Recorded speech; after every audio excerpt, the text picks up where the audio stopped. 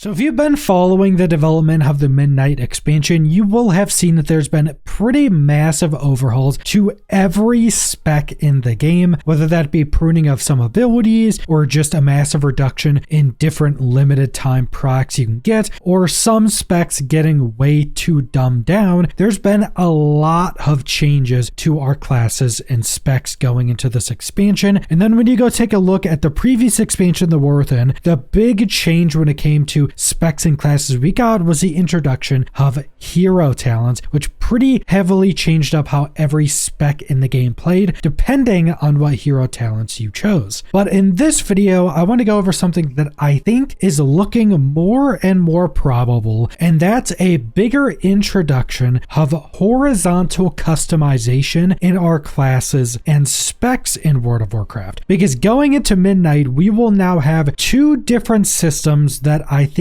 are ripe for just getting more horizontal choices. The first one being hero talents. Every spec in the game already can choose between two different hero talents that all change up how a spec plays in some way. Like if you're playing a Restoration Shaman and you take Totemic, you no longer have to cast Healing Rain ever, which I think is actually a really big plus to how that spec plays. Or if you go choose Archon and a Shadow Priest, you now have these oscillating halos doing massive AoE and healing for your group. So there are quite a lot of spec gameplay and power differences when choosing between these hero talents, which is a pretty big form of horizontal progression or customization. But now going into Midnight, we have Apex talents, which I think are going to have a much less impact on how classes or specs play compared to hero talents, but I think are still going to have a decent impact on a certain part of your rotation, and in a similar way to hero talents, I think are ripe for having more horizontal customization. Now, it's quite easy to see how hero talents could be expanded upon more horizontally. The system is already built around that. You already have two choices for every specialization. They could just add a third choice for every specialization in the game, or every major patch they could add a few more hero talents randomly added to different classes until every spec in the game has three choices. And while that is quite a lot of balancing, because there are a bunch of different things between your class trees and your spec trees that interact in different ways with your hero talent choices, expanding these hero talents and just giving you more horizontal choice is something very easy for everybody to understand. And I think would have the biggest impact for adding more horizontal customization, because I think what hero talents have actually done pretty well is changing up your spec in a way that does give it a bit of a different flavor without just completely changing how your spec plays and turning it into something completely different. And it also just adds more thematic flavor to the classes.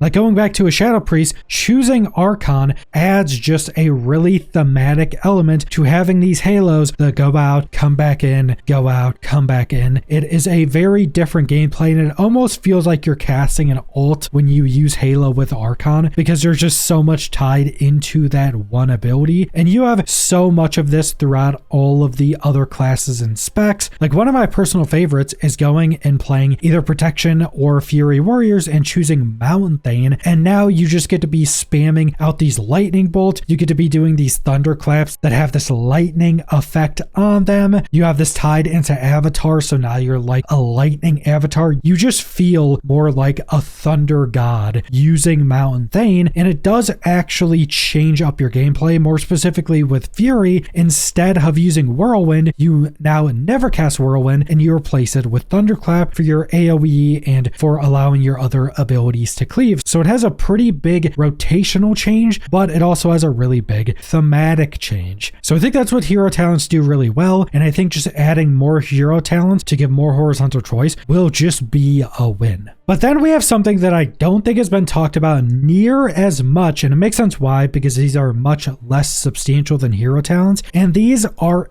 Apex talents. Now, Apex talents still aren't usable in the pre-patch. We will have to level up in Midnight to start getting these, but Apex talents are a set of 3 different talents you could spend a total of 4 different points in that are in your spec tree that are almost all focused on empowering one ability. Now, some of them are focused on more than one ability, and a lot of them do interact with more than one ability, even if they're just focused on buffing up one ability. For instance, we have a Fury Warrior, and they get the Rampaging Berserker Apex talents. And Apex talents work in essentially 3 different talents, the middle talent having 2 points. So the first talent of Apex talents kind of enable this new effect. So for a Fury Warrior, it's Rampaging Berserker. Rampage damage is increased by 10%, and Rampage makes you go berserk, increasing your strength by 1% for 8 seconds. Multiple applications of Berserk may stack. So it gives you that strength increase for 8 seconds, but it doesn't refresh that stack when you get more. It just keeps adding more stacks on top, and after 8 seconds, that first stack will always fall off no matter what, even if you have 10 other stacks. Now, Rampage for a Fury Warrior is your main resource spending ability. Rampage unleashes a series of 4 brutal attacks, doing a bunch of damage, and it rages you. This is your Fury spender, and it's pretty much always your top damaging ability or one of them. But then you have the second talent choice of these Apex talents, and these are usually just damage increases or stat increases. So you have Rampage's rage cost is reduced by 15, and damage is increased by a further 5% during Recklessness. And Recklessness is our big damaging cooldown. So you go berserk, all rage gen is increased, and all of your abilities have increased critical strike chance. So just a big cooldown. But Rampage's rage cost is reduced by 15. You put 2 points into this, so that's 30. Rampage, I think, is 80 Fury normally. So that's a massive reduction in our main rage spender. That's probably our highest damaging ability. Pretty massive, and we get even more burst from it when our Recklessness is active, and Recklessness massively increases our rage gen. So you're really just going to be spamming out Rampages during Recklessness, and you get to use it a lot more at all times. Now, the final upgrade is usually going to be something that's pretty substantial as well. So for Fury, it's Recklessness grants 3 stacks of Berserk, which is the strength increase, and duration of Recklessness is increased by 50%. So while these Apex talents buff up Rampage a lot and are kind of focused on that, you also get some integrations with Recklessness, and the final upgrade is only for Recklessness. You'll also see this on a bunch of the other Apex talents, where the final upgrade usually buffs up one of your cooldowns in some way. The Apex talents for Fury Warrior is primarily focused on Rampage and gives some pretty big upgrades to Recklessness, but when using these Apex talents, one of the biggest parts of Recklessness is